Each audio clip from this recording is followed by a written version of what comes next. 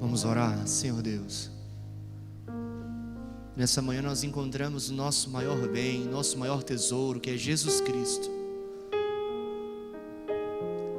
O Senhor supre todas as demandas do nosso coração. Quem encontrou Cristo, encontrou a vida, encontrou tudo.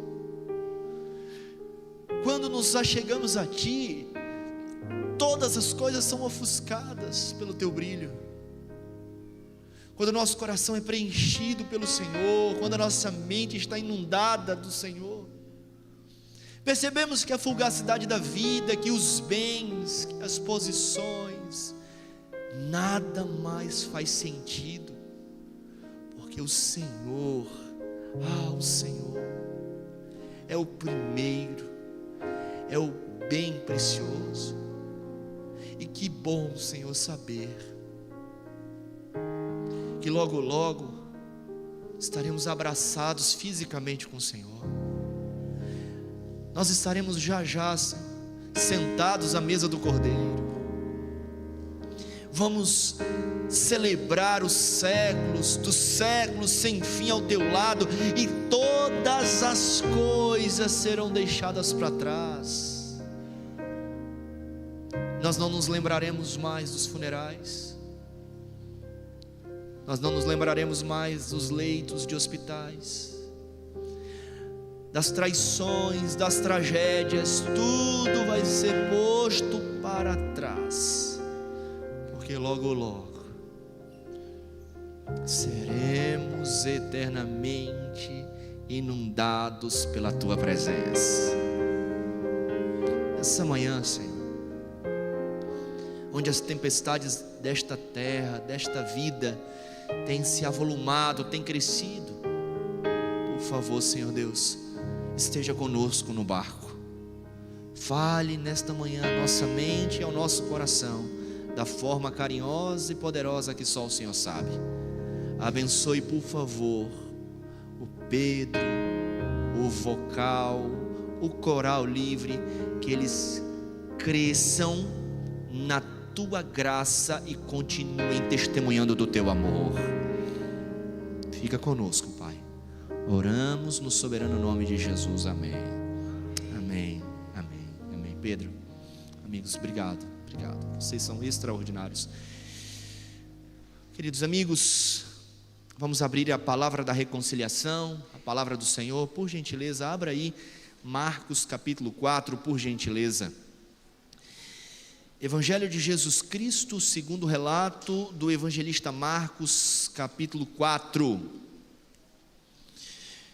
Enquanto você abre, te convido a convidar seus amigos, familiares, vizinhos, para que hoje, às 17h30, estejamos aqui mais uma vez celebrando o nome do Senhor, junto com o coral e o vocal livre. Vai ser um momento maravilhoso. Está aí na tela o título da minha mensagem desta manhã: As Tempestades da Vida. E eu quero te convidar a ler a palavra de Deus. Leremos a partir do verso 35 do capítulo 4 do Evangelho de Marcos. E vamos ler as seguintes palavras que dizem assim: Naquele dia, sendo já tarde, disse-lhes Jesus: Passemos para outra margem.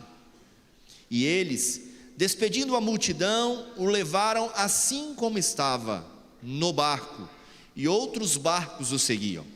Ora, levantou-se grande temporal de vento, e as ondas se arremessavam contra o barco, de modo que o mesmo já estava a encher-se de água. Verso 38. Jesus estava na popa, dormindo sobre o travesseiro. Eles o despertaram e lhe disseram: Mestre, não te importa que pereçamos?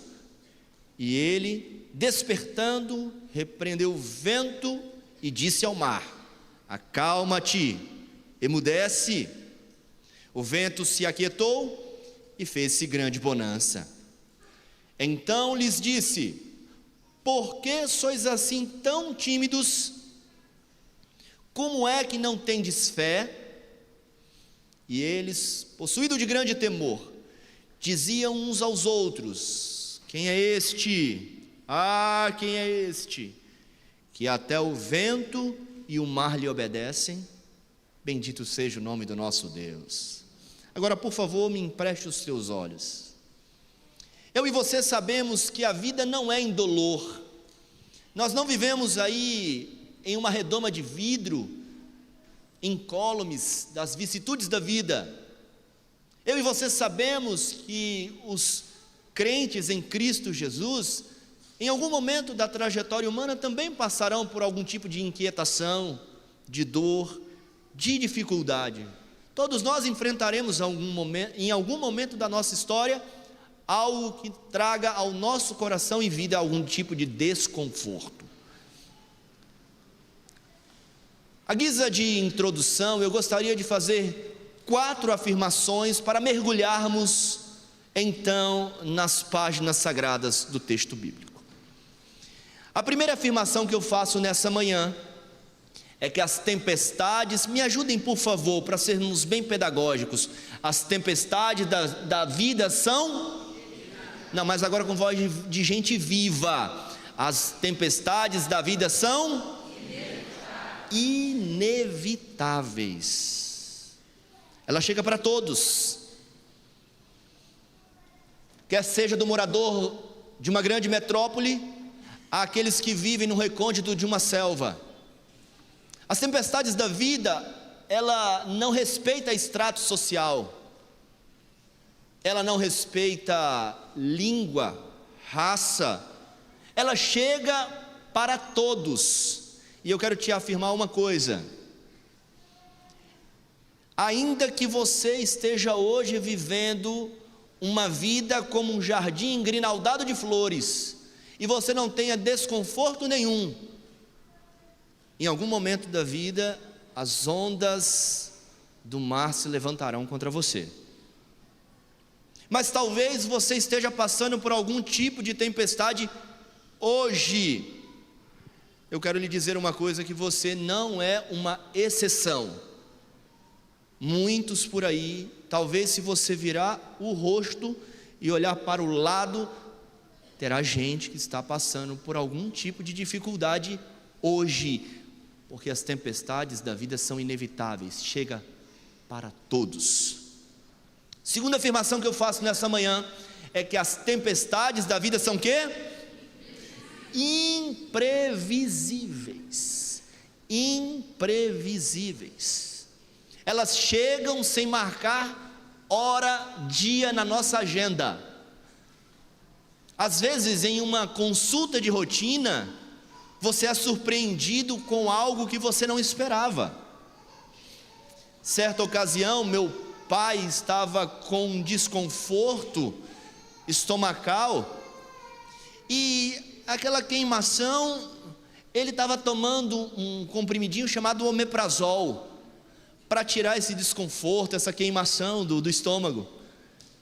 E assim foi, tomava um omeprazol, e aí essa queimação, que não era tão intensa, mas não passava, vamos para o hospital, o médico sugeriu uma endoscopia, e quando fizemos a endoscopia, a médica prontamente, antes mesmo até do resultado, já nos deu o diagnóstico. Meu pai estava com câncer no estômago de um tamanho de uma laranja. Nós não aguardávamos isso. Chegou sem marcar na nossa agenda. E as tempestades da vida, quando chegam, colocam a nossa vida, de cabeça para baixo. E às vezes não só a nossa, mas como de toda a família. Porque no caso de meu pai, todos nós fomos de alguma forma desestabilizados. Deixa eu ilustrar isso para você, de uma forma bem clara. O Mar da Galileia, ou Lago de Genezaré, você sabe que esse lago não é um mar. Aí está o maior reservatório onde os discípulos estavam navegando, era nestas águas. Não era um mar, era um lago de água doce. Aliás, era o maior reservatório de água doce, é o maior reservatório de água doce da Ásia, então da Ásia Menor, do Oriente Médio. Possui aproximadamente 21 quilômetros de largura, de comprimento, 14 de largura, cerca de 200 metros abaixo do nível do mar Mediterrâneo. Ela é rodeada por montanhas. Do lado oriental estão as montanhas de Golã.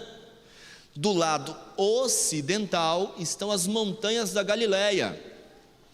E ao norte está o monte mais alto, que é o Monte Hermon. O Monte Hermon, em boa parte do tempo, fica coberto, o seu topo, com gelo. Então um vento pega essa massa de ar frio, leva até a face do rio, e essa massa de ar frio, em contato com a superfície do lago, agora o transforma em um lago que estava completamente calmo e navegável, em um mar revolto, em um lago revolto, onde as ondas, essa massa de ar frio, desestabiliza, fazendo com que as ondas se avolumem. Eles não sabiam que hora que ia passar esse vento lá, mas passou. E aquela travessia, que era uma travessia calma, se transformou em uma tempestade, a ponto deles se desesperarem pela vida. Aqueles homens estavam indo a pique, estavam temendo por suas vidas. Terceiro lugar, as tempestades da vida são inadministráveis. Alguns homens que estavam dentro daquela embarcação eram homens tarimbados no ofício da pesca. Eles sabiam como conduzir uma embarcação, como remar, como administrar uma vela, como conduzir.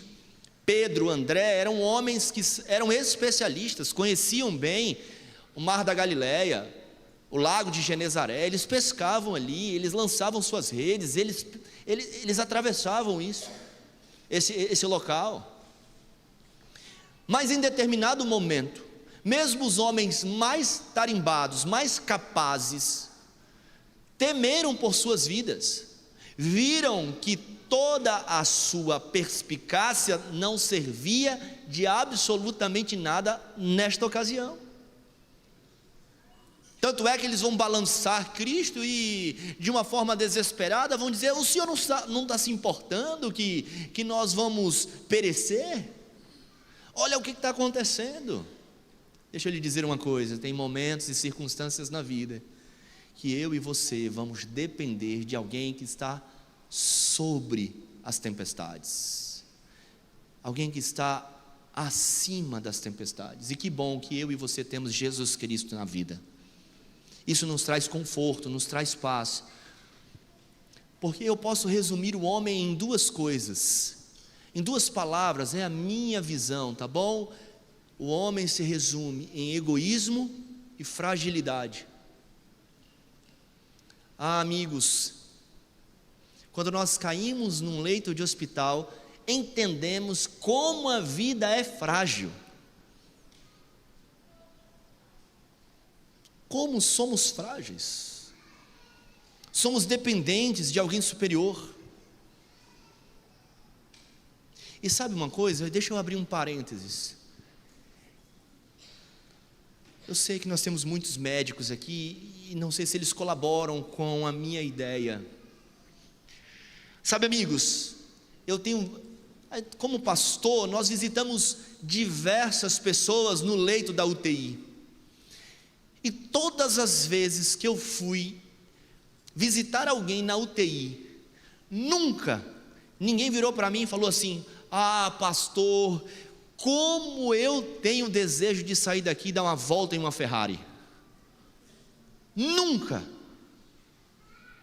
Todas as vezes que eu fui visitar alguém que estava numa UTI, que estava à beira da morte, elas diziam assim: ah, pastor, que saudade de estar na minha cama. Ah, pastor, que desejo de sentir o cheiro dos meus filhos, de abraçar os meus queridos. Ah, pastor, que desejo de comer a minha comidinha de casa, a comidinha lá da minha casa.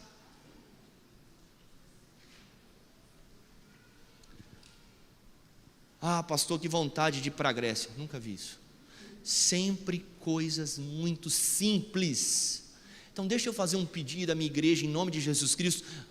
Valorize as coisas simples da vida. Valorize seus filhos, valorize a sua cama, valorize a comida que você come, valorize a vida, valorize essa oportunidade. Quantas vezes eu já ouvi assim: ah, pastor, que vontade de ouvir os louvores da minha igreja, que vontade de estar sentado na minha igreja. E a gente às vezes está aqui na igreja, mas estamos, parece, com a cabeça lá fora.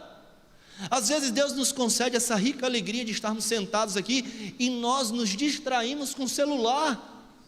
Será que nós vamos ter que perder o privilégio de estar na igreja, deitados e quem sabe em uma maca de UTI, para dar valor a estar na igreja? A adorar o Senhor na beleza da sua santidade, a enobrecer o santo nome do Senhor?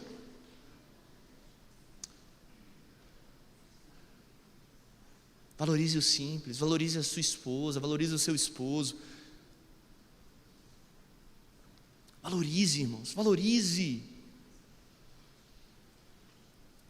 As tempestades da vida são inadministráveis. Oh, Senhor Deus, que bom ter o Senhor no barco da vida conosco. Quarta e última, porque hoje não é vigília. As tempestades da vida são pedagógicas. Sabe, queridos amigos e irmãos, eu e você cremos no mesmo Deus, sim ou não? Sim, claro. E nós sabemos que o Todo-Poderoso, o Soberano, Ele se assenta no trono de comando do universo, e que todas as coisas estão nas mãos dEle. Você acha que Ele não sabia que em algum momento da travessia não ia ter essas ondas? Claro que Ele sabia. É óbvio que Jesus sabia. E a tempestade da vida não pega Jesus de surpresa, irmãos. Ele é Deus, Ele sabe o fim antes do começo. E sabe, as tempestades alcançaram aqueles homens para que eles pudessem então aprender lições de confiança. Lições de confiança. Deixa eu ler isso aqui para você. É um texto com 3 páginas, mas eu achei tão poderoso que eu não poderia deixar de compartilhar com você. Quantas vezes se repete em nós a experiência dos discípulos?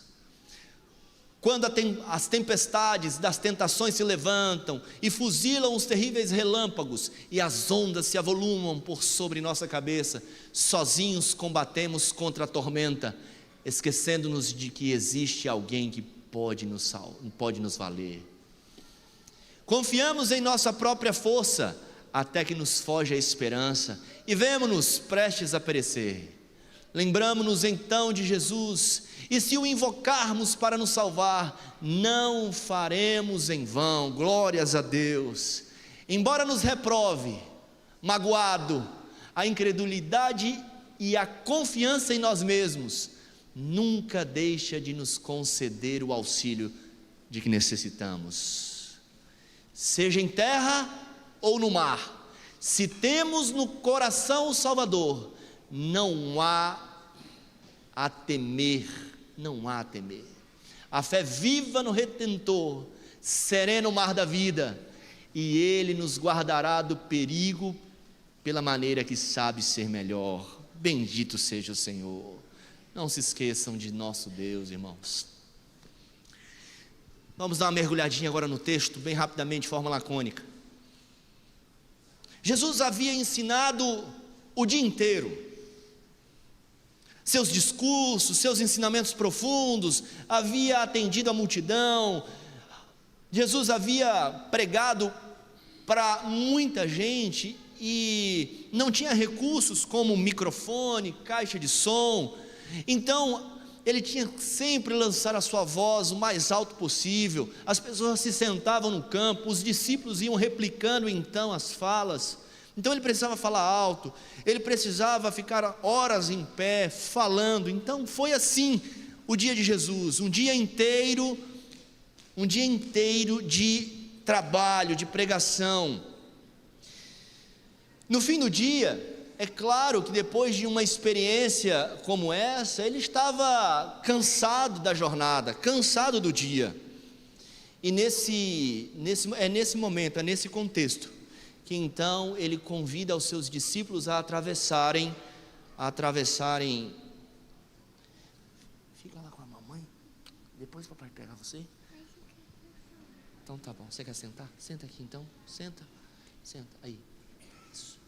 Não, senta, aí a gente vai falando. Pronto. E é nesse contexto, então, que Jesus, ensinando o dia inteiro, convida os discípulos a atravessarem para a outra margem. E os discípulos, dentro do barco, a tempestade se lança, eles esgotam então os seus recursos, e eles fazem uma pergunta, então, a Jesus Cristo no verso 38, Senhor, não te importa que pereçamos? Diz o texto que Deus vai agora se levantar, que Jesus se levanta, repreende o mar, e ali se fez grande bonança. Essa era uma pergunta dos discípulos para Jesus. Os discípulos fizeram uma pergunta para Jesus, no verso 38. Agora no verso 40, existe uma pergunta de Jesus para os discípulos, assim: ei, vocês não têm fé? Por que vocês são assim tão tímidos? E agora vai ter uma pergunta no verso 41, que depois do milagre realizado, depois do que eles fizeram, viram Jesus fazendo, então, vem cá com o papai. Irmãos, desculpa, viu? Mas é o contexto.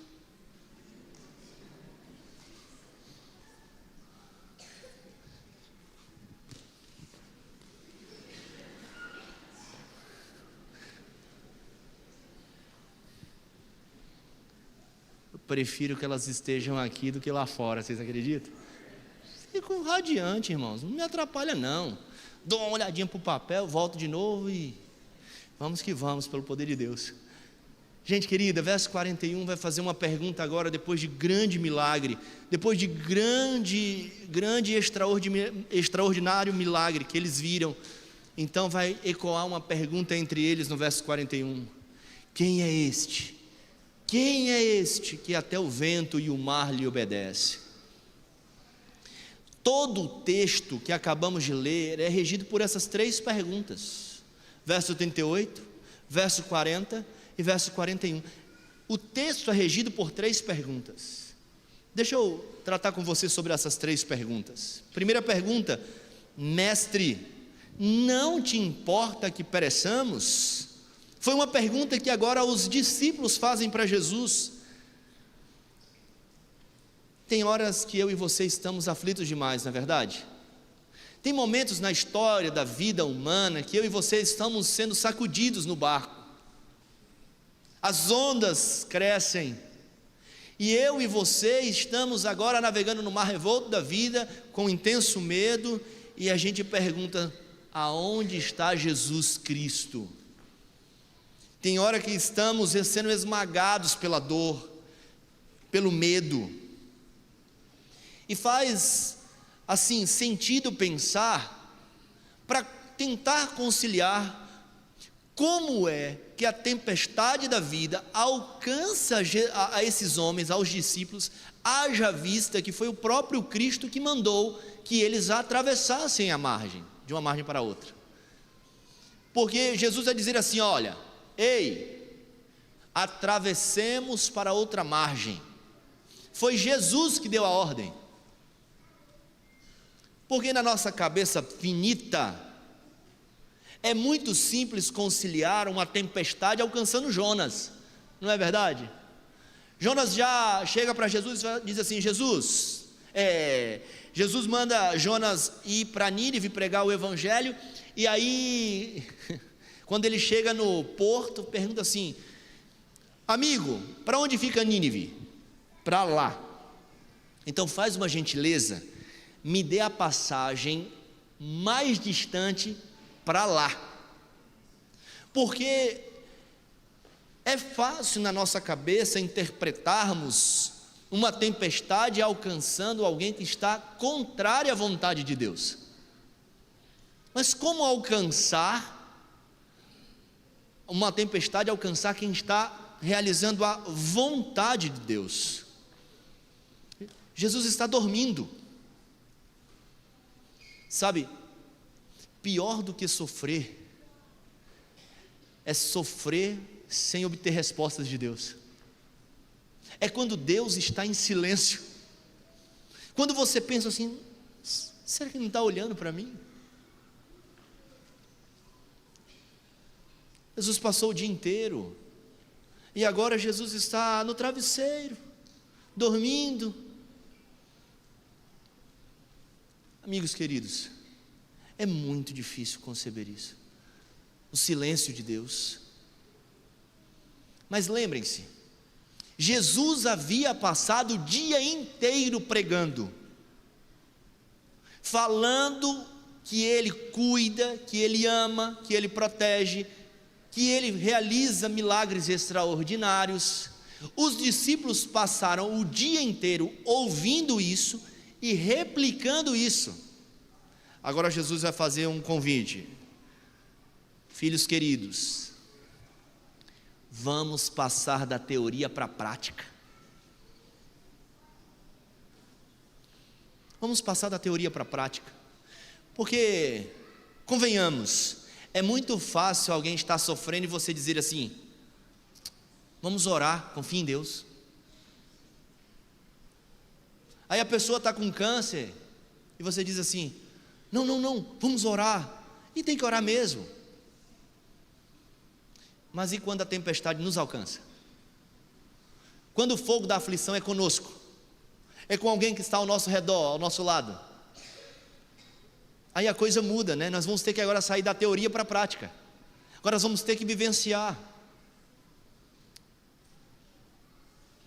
E agora Jesus vai convidar esses homens, porque imaginem bem, as ondas eram altas, tanto é que esses homens não conseguiam administrar a tempestade, o barco estava a encher-se de água.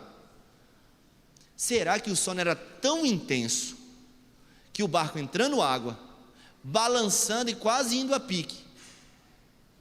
Você acha que Jesus de vez em quando não abria o olho? Aí Jesus vai perguntar assim: que horas que eles vão entender que eu sou Deus? Que horas que eles vão clamar por socorro? Quantas vezes eu e você estamos tentando levar a nossa vida com as nossas próprias forças, com os nossos próprios recursos, com os nossos próprios talentos, com as nossas influências? Quantas vezes nos ajoelhamos em nosso quarto? Quantas são as vezes que nos ajoelhamos em nosso quarto e dizemos assim: Santo Deus, resolva o nosso problema. E aí sabe o que acontece? Levantamos da oração e já pegamos o celular para ligar para alguém. Nem esperamos Deus agir. Estamos incrédulos, lutando com as nossas próprias armas e forças. Agora Jesus está convidando aqueles homens: confiem em mim, saiam da teoria e partam para a prática. Confiança, dependência. O cristão necessita aprender a ter dependência de Deus. Deus ainda realiza milagres, irmãos. O mesmo Deus do passado é o mesmo Deus do presente. Me permitam, nesse curto tempo que nós temos aqui, me permitam contar um testemunho rápido.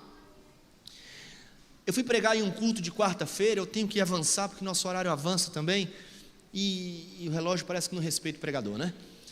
E aí o que acontece? Eu fui pregar num culto de quarta-feira no interior da Bahia. Quando eu cheguei no culto de quarta-feira, lá era um pouco diferente. Lá se fazia uma plataforma, e as pessoas na plataforma estavam pregadores, estava aqueles que iam reger os louvores, e lá na plataforma eu ia pregar e eu ouvia os pedidos. Uma senhora lá no final fez o pedido, eu mal consegui ouvir. Eu ia fazer um apelo para que eles viessem à frente e orar com eles, pedir a Deus que abençoasse, logo no começo do sermão. Quando eles vieram à frente, que eu os convidei, Deus colocou no meu coração e na minha mente assim, fala para essa senhora, que você nem ouviu o pedido dela, que vou abençoar a vida dela e a família dela.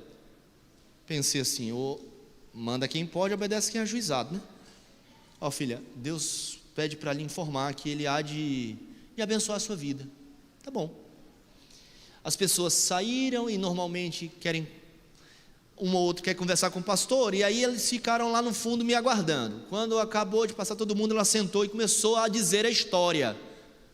Na segunda-feira, pela manhã, chegou uma carta de busca e apreensão do veículo que eles possuíam.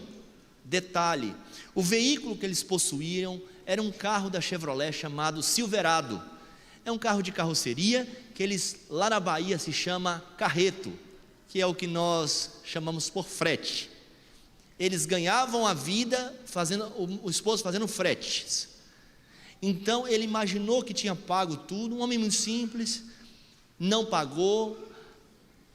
Aí a carta de busca e apreensão do veículo passava de 21 mil reais. 21 mil reais a dívida. Gente simples. Quando foi meio-dia, que ele foi ligar o veículo ligou, balançou o carro e bateu o motor. Um abismo puxa outro abismo, né? Uma carta de busca e apreensão do veículo e o motor do carro batido. O marido, desesperado, sem muitas estratégias, o que ele pensou? Eu não vou suportar isso. Tomou uma corda, foi a um local ermo, deserto, amarrou em uma árvore, amarrou no pescoço e tentou suicídio. Mas pela provisão divina, a corda arrebentou e ele se feriu o pescoço, machucou, mas caiu no chão. Ela falou que o marido chegou tão aborrecido que aos berros ele dizia: nem para morrer eu presto.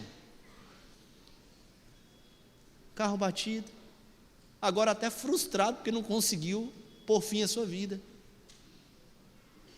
E aí ela me contando isso, e eu comecei a pensar: meu Deus do céu, por que o Senhor mandou eu falar isso? Aí Deus falou novamente: rapaz, mas você não é garantia para ninguém não, meu filho. Fui eu que mandei falar. Eu sou tudo em todos. Aí veio aquele texto: errais por não conhecer as Escrituras e nem o poder de Deus. Irmãos queridos, nós não conhecemos o poder de Deus. Deus se tornou algo que nós colocamos em uma caixinha, em um culto. Deus é o Rei dos reis e Senhor dos senhores, Criador da terra, do céu e do mar, irmãos. Não tem limites para Deus. O problema é que eu e você temos categorizado: isso Deus resolve, isso Deus não resolve, isso Deus pode, isso Deus não pode. Deus pode fazer qualquer coisa, até mesmo ressuscitar. Enfim, quarta-feira eu disse para ele assim: filhão, seguinte, nós vamos lá e nós vamos agradecer a Deus, porque Deus mandou. Então na quinta-feira eu vou lá visitar vocês. Cheguei lá na quinta-feira, o homem estava com o pescoço todo machucado, aborrecido. Eu disse para ele assim: amigo, o nome dele é Edson. Ele me permitiu contar o testemunho dele, então não tem problema. Eu falei: Edson, eu vim aqui na sua casa para adorar a Deus, dizer a Deus obrigado, porque o Senhor vai resolver o problema. Aí eu orientei ele, falei assim: amanhã cedo, na sexta-feira, isso era quinta-noite, sexta-feira de manhã, ligue para a financeira, tente um desconto, divida até Jesus voltar, e nós vamos pedir aos irmãos, e Deus vai abençoar os irmãos, e nós vamos conseguir pagar esse trem. Tá bom. E eu combinei com ele na quinta-feira à noite que eu ia fazer o pôr do sol na sexta-feira com eles. Beleza, fui. Ele ligou de manhã para a financeira, a dívida passava de 21 mil. Logo pela manhã, às 8 horas da manhã, lá nas tratativas, olha, chegou uma carta e eu quero verificar isso aí para pagar, como é que vai ser, vamos dividir, vamos negociar. Aí a financeira virou para ele assim: olha, nós estamos com uma promoção aqui no banco, vamos fazer o seguinte, sua dívida passa de 21 mil, se você pagar até na próxima terça-feira, a sua dívida passa de 21 mil, sua dívida vai ser de R$3.142, nunca me esqueci desse valor, 3.142. Ele desconfiado, ele falou assim: eu só posso ter entendido errado, não, de 21 não pode vir para 3, é 13, ligou depois do almoço, olha, eu quero confirmar, não, a sua dívida até terça-feira, se você pagar, é R$3.142, aí tá bom, cheguei lá na casa dele, na hora do pôr do sol, ele já chegou assim: pastor Patrick, glórias a Deus. Falei: opa, Deus fez alguma coisa boa nesse dia aí. Aí ele trouxe a notícia de ter ligado para a financeira, R$3.142, e ele disse uma coisa que até hoje eu não me esqueço, falou assim: pastor, eu não sei como as pessoas estão sabendo da minha situação, e elas estão me dando dinheiro, as pessoas estão me encontrando na rua e estão me dando dinheiro. Falei: oh meu Deus do céu, por que ninguém me encontra também? R$3.142, na sexta-feira, na hora do pôr do sol, só faltavam R$900 para pagar, amém? Terça-feira, a primeira pessoa no banco para pagar era o nosso irmão. Depois, rapidamente, ele conseguiu acertar o carro e seguiu firme, fazendo as suas atividades e cuidando da sua família. Irmãos, Deus tem poder de fazer coisas extraordinárias pela minha e pela sua vida. Deus não tem alegria no sofrimento de seus filhos. Deus tem poder no céu, na terra e no mar. Vamos lá, amigos, segunda pergunta, que agora é Jesus que vai fazer. Agora Jesus pergunta: por que estão com medo? Por que vocês não têm fé? Uma pergunta: se vocês estivessem naquele barco, vocês teriam medo, sim ou não? Mas Jesus estava lá, vocês teriam medo de afundar, sim ou não? Houve divisão no arraial. Claro que teríamos medo. Nós temos medo, irmãos. Nós temos medo das tempestades da vida. Deixa eu te fazer um quadro, por que você não tem que temer. E deixa eu usar um recurso da língua portuguesa, um recurso mnemônico, todos com a letra P. Sabe por que você não tem que temer? Em primeiro lugar, por causa da promessa de Jesus. Foi Jesus que disse: passemos para outra. Jesus não é Deus de meias verdades. Tudo aquilo que Jesus promete, Ele cumpre. Foi Ele que prometeu para aqueles homens: passemos para outra margem. Ele está no barco, e tudo que Ele promete, Ele cumpre. Sabe por que eu acredito que Jesus vai voltar? Porque em João capítulo 14, Ele diz assim, não se turbe o vosso coração, credes em Deus, credes também em mim, na casa de meu Pai há muitas moradas, eu vou preparar lugar, e voltarei para buscar vocês. E o que Jesus promete, Ele cumpre. Ele está voltando para nos buscar, e nós iremos aportar no porto seguro que são as mansões celestiais. Em primeiro lugar, a promessa de Jesus. Segundo lugar, a presença de Jesus. Sabe quem estava com aqueles homens naquele barco? Era nada mais, nada menos do que o Criador do mar, o Criador dos ventos. Aonde Jesus está, irmãos, Ele afugenta o medo.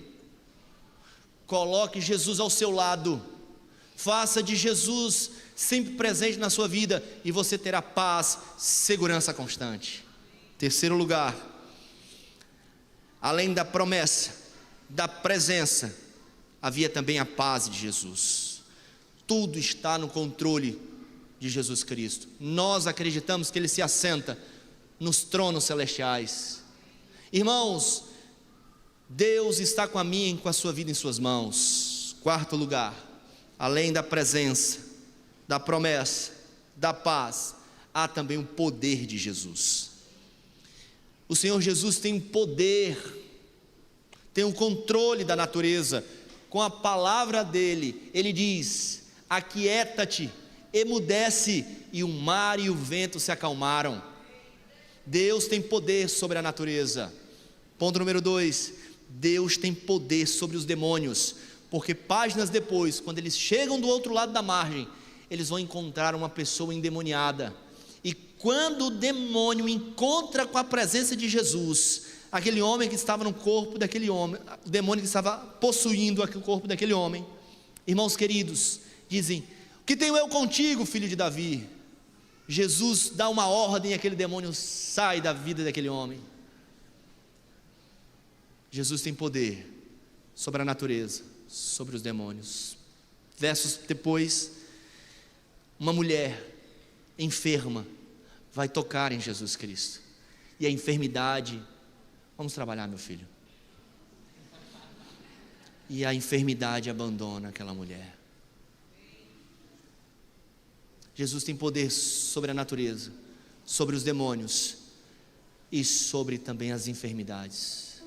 O poder de Jesus também, se você ler versos depois, um pai aflito intercede por sua filha, Jairo, filha morta, sabe, amigos queridos, e Jesus agora diz para aquele pai aflito, para aquela família: não temam, a menina só dorme. E Jesus restaura a vida daquela jovem. Deus tem poder sobre a natureza, Deus tem poder sobre os demônios, Deus tem poder sobre a enfermidade, e Deus tem poder sobre a morte.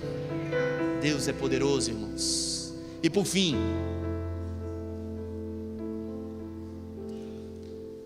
agora vai ecoar, depois da ordem de Jesus, depois eles verem o mar, o vento se acalmarem, emudecendo, aí eles vão fazer uma pergunta que vai ecoar entre os discípulos, dizendo assim: quem é este? Quem é este que até o mar e o vento lhe obedecem? Quem é este que tem poder sobre todas as coisas? E você pode se perguntar nessa manhã: quem é este, pastor? Este é aquele que cuidou de Abraão em uma terra desconhecida. Quem é este, pastor? Este é aquele que cuidou de José quando vendido e traído pelos seus irmãos. Se você foi traído por alguém, Jesus está cuidando de você. Quem é este, pastor? Este é aquele que cuidou de Moisés quando aparentemente havia perdido tudo. Quem é este, pastor? Este é aquele que cuidou de Josué quando a maré da opinião pública se levantou contra ele. Quem é este? Este é aquele que cuidou de Sansão, dando-lhe então uma nova vida. Quem é este? Este é aquele que cuidou de Davi quando perseguido por um rei deposto. Quem é este, pastor? Este é aquele que cuidou de Ruth. Quem é este? Este é aquele que cuidou de Asaf quando seus pés se resvalaram da casa de Deus. Quem é este, pastor? Este é aquele que cuidou de Sadraque, Mesaque e Abednego em uma fornalha ardente, não permitindo que nem um fio de cabelo chamuscasse do seu corpo. Quem é este? Este é aquele que cuidou de Daniel na cova dos leões. Quem é este? Este é aquele que libertou o endemoniado. Quem é este? Este é o que curou a mulher enferma. Quem é este? Este é aquele que ressuscitou a filha de Jairo. Quem é este? Este é aquele que te levantará para viver eternamente ao seu lado no céu. Este é Jesus Cristo, aquele que te chama de filho, aquele que morreu numa cruz, ressuscitou ao terceiro dia, ascendeu aos céus, intercede por você. Este é aquele que já já voltará para te buscar e viver eternamente ao seu lado. Deus nos abençoe. Nós ouviremos